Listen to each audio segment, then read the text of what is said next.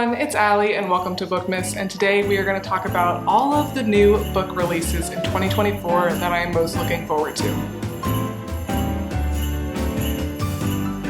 Alright, so yes, there are a lot of books that I am excited about that have release dates in 2024, specifically the first half of 2024, and I know release dates are subject to change, so even the dates that I'm telling you for these books might not be actually accurate. Also, I apologize if I look a bit peaky. I am not feeling well at all, to be honest. I've been knocked out with a bad cold for the last couple of days, and I'm trying to get back into the swing of Bookmas, but I feel myself sweating from the fever I have right now, honestly. So if I say anything delirious, that is why. But to try to keep myself a little organized with this video, I've made a little spreadsheet, so every book will be in order of the release date, but as I said, of course it might change. And I've definitely become a very big thriller lover, so I would say that makes up about half of this list. I did pick out kind of my top 12 that I'm looking forward to. A lot of these books are also from authors that I have read and I really love. They're pretty much auto-buy authors from me, but there are a few who I think are either debut authors or I've just never read them before. So up first is actually by an author that I have not read yet, but I'm sure I would love. And I do have another one of their books on my TBR shelf that I just haven't gotten to yet. So the first book is A Fragile Enchantment by Allison Saft. It is a fantasy romance and it is due to come out January 2nd. If this author sounds familiar to you, she also wrote A Far Wilder Magic, which has gotten really good reviews, and I have it on my TBR shelf.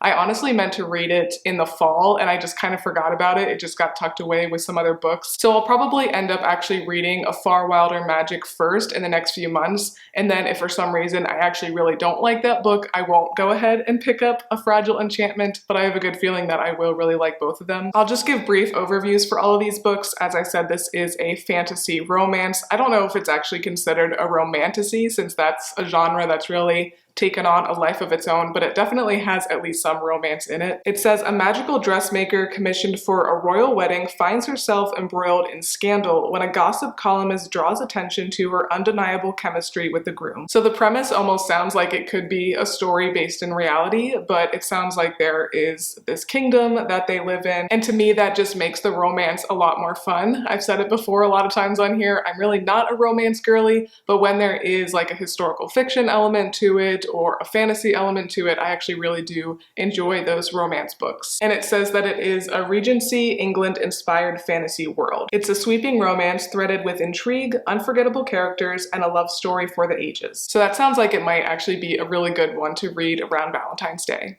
Up next is actually another book from an author that I haven't read before. It is Unsinkable by Jenny Walsh. It is a historical fiction book that comes out January 9th. It says, the Titanic was only the beginning. What she survived has become legend. So this book is inspired by the true stories of Violet Jessup and the 39 women of the Special Operations Executive. I really enjoy historical fiction books that jump back and forth in different points in time or are following two different people. So I think I'm gonna really enjoy this one. And I've always been interested in the Titanic, and not even because of the movie. I just really, as a young kid, I like fixated on the story and I like to read a lot about it, and I still find it very, very fascinating, and of course I do love the movie too. So as I said, I've read a few different nonfiction books about the Titanic, but I've never actually read a historical fiction book based on the story. And I definitely don't know anything at all about the Special Operations Executive, so that's a big reason I like historical fiction too, is because you can learn a lot about things that happened in the past. Up next is absolutely one of the top anticipated reads for me. It is The Fury, and I cannot say this guy's name for the life of me. It's like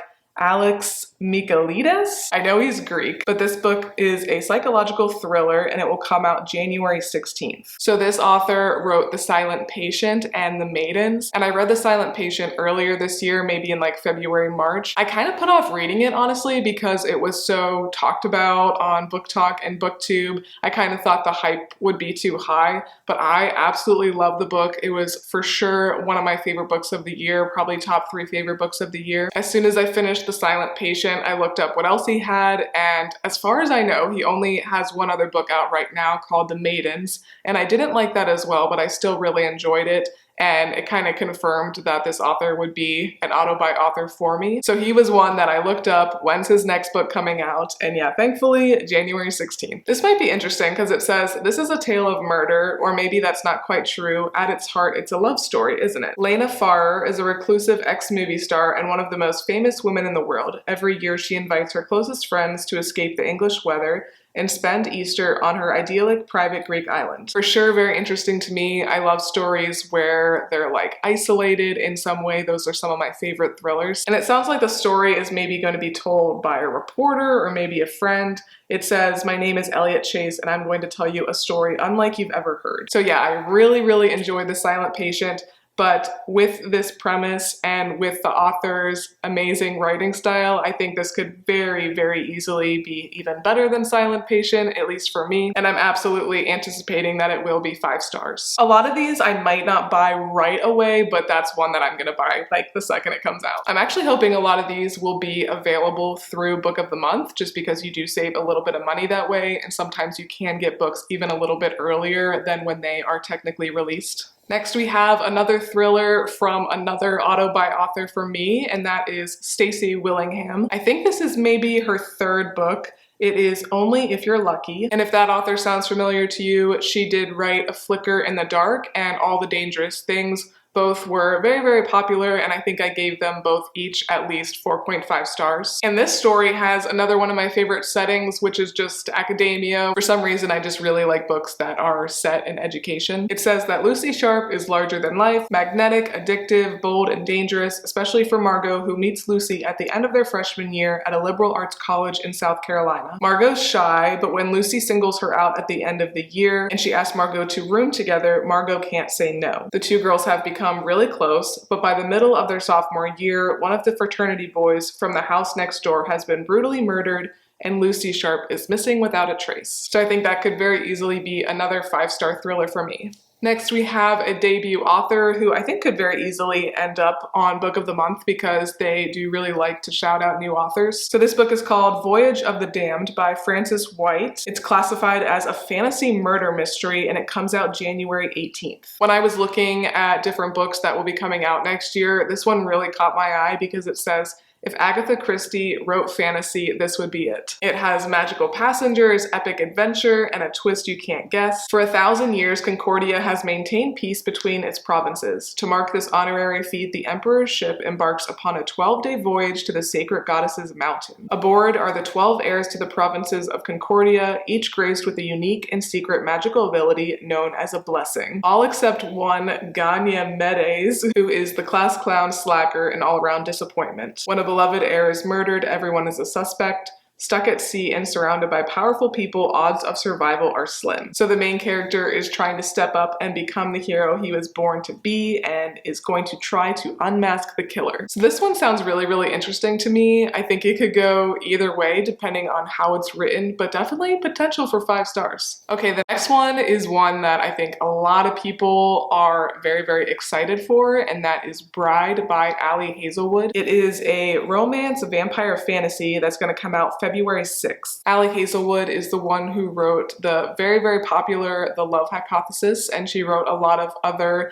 romance books that are set in that STEM field. The Love Hypothesis is the only one that I've actually read by her, and I thought it was really good. For a romance that's just kind of set in reality, like I said, I normally really don't like those books that much, they're just not for me. But I felt like there was enough going on, it was well written, I really liked the characters. But even though I really liked that book, I haven't read any of her other STEM romances just because I've heard they're all kind of the same. And I think The Love Hypothesis was enough for me for like that specific setting. But because she is a really good author, I think I have been kind of on the lookout for her writing something different. And that's exactly what she is doing with this next book. And I did see an interview with her that she is trying to branch out of just STEM romance, so hopefully she'll write many more, at least fantasy romances in the future. And this definitely feels very much like modern day Twilight, and I did enjoy Twilight when I was in like middle school, high school. It says that Misery Lark, the only daughter of the most powerful vampire councilman of the Southwest, is an outcast again. She has been called upon to uphold a historic peacekeeping alliance between the vampires and their mortal enemies, the Wares, and she sees little choice but to surrender herself in the exchange again. So very much seems like it's going to be a vampire werewolf romance, so everyone, including myself, who really shipped Bella and Jacob might be happy with this book. Up next we have The Women by Kristen Hanna, which is a historical fiction book that comes out February 6th. Kristen Hanna has a ton of books. Some are more chick lit, some are more historical fiction. I don't love her chick lit ones just because I really don't like that genre very much, but her historical fiction books I think are some of my favorites, really excellent books. She wrote The Great Alone, The Four Winds, which was potentially my favorite by her so far. Also The Nightingale, which I have not read yet. I will be reading that very soon, maybe even during this month of December. But she's got a great writing style. I feel like every time I start reading one of her books, I read them so quickly. I just like really gobble them up. And I was looking at some reviews from people who have already had the chance to read it, and they said like this is their favorite Kristen Hanna book yet. So I am very excited to read this one and absolutely anticipating 5 stars. And this book is set during the Vietnam War, which I think is cool because I don't know if there are a lot of books set around that time, but I just personally haven't read too many. I feel like most books set around wartime are either World War I or World War II, so I am excited to read more about the Vietnam War and just what life was like in the United States during that time. And this will be different than a lot of women in war books because a lot of times it's like the women at home, but this main character, Frankie McGrath, she actually joins the army and becomes a nurse, so she will be serving in Vietnam, I guess. It says, The Women is the story of one woman gone to war, but it shines a light on all women who put themselves in harm's way and whose sacrifice and commitment to their country has too often been forgotten. And then next we have another historical fiction book. This is The Phoenix Crown, and it's actually by Kate Quinn and Janie Chang. I've never read anything by Janie Chang before, but I have read a couple from Kate Quinn, and like Kristen Hanna, just really enjoy her historical fiction novels. And this book will come out February 13th. I think I'm gonna really love this one because it says it's a thrilling and unforgettable narrative about the intertwined lives of 2 wronged women spanning from the chaos of the San Francisco earthquake to the glittering palaces of Versailles. And it is set in San Francisco,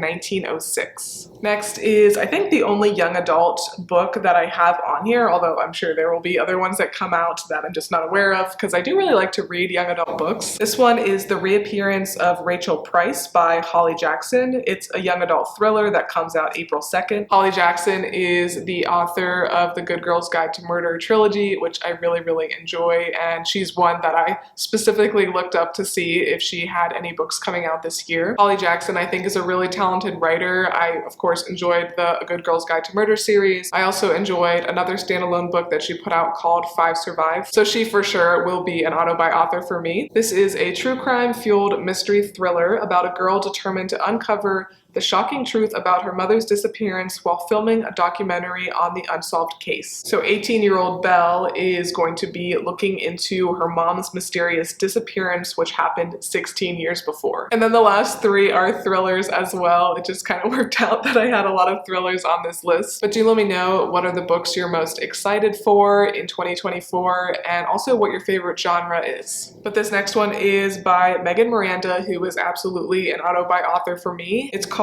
Daughter of Mine. It's a thriller, of course, that comes out April 9th. She's one that often is on Book of the Month, so fingers crossed that I can get it a little bit cheaper through there. This says, when Hazel Sharp, daughter of Mirror Lake's longtime local detective, unexpectedly inherits her childhood home, she's warily drawn back to the town and people she left behind almost a decade earlier. But Hazel's not the only relic of the past to return.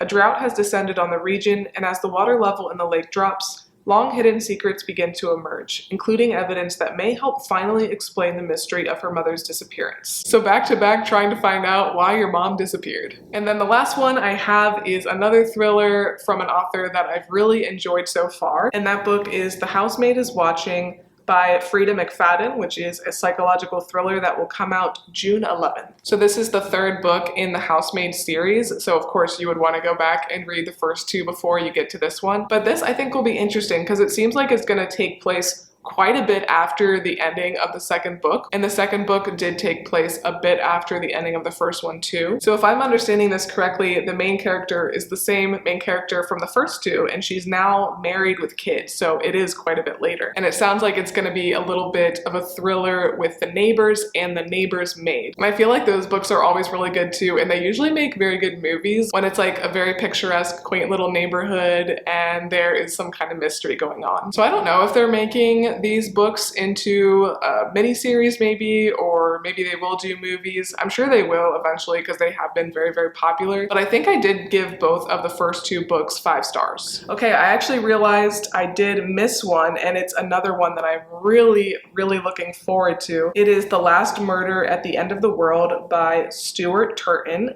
It is a mystery thriller that comes out on May 21st. This author wrote The 7.5 Deaths of Evelyn Hardcastle, which I really, really, really enjoyed. Absolutely a top 3 book of the year for me. The book was really, really clever, more so than I think a lot of thrillers, and I just really liked the writing style. So he was one, just like the guy who wrote The Silent Patient, that as soon as I finished that book, I looked up to see what else he had written. And he does have one other one that I need to get, and I probably will read that in January, but this one I'm very much looking forward to. It says that this is an inventive, high-concept murder mystery, an ingenious puzzle, an extraordinary backdrop, and an audacious solution. Solve the murder to save what's left of the world. Outside the island, there is nothing. The world was destroyed by a fog that swept the planet, killing anyone it touched.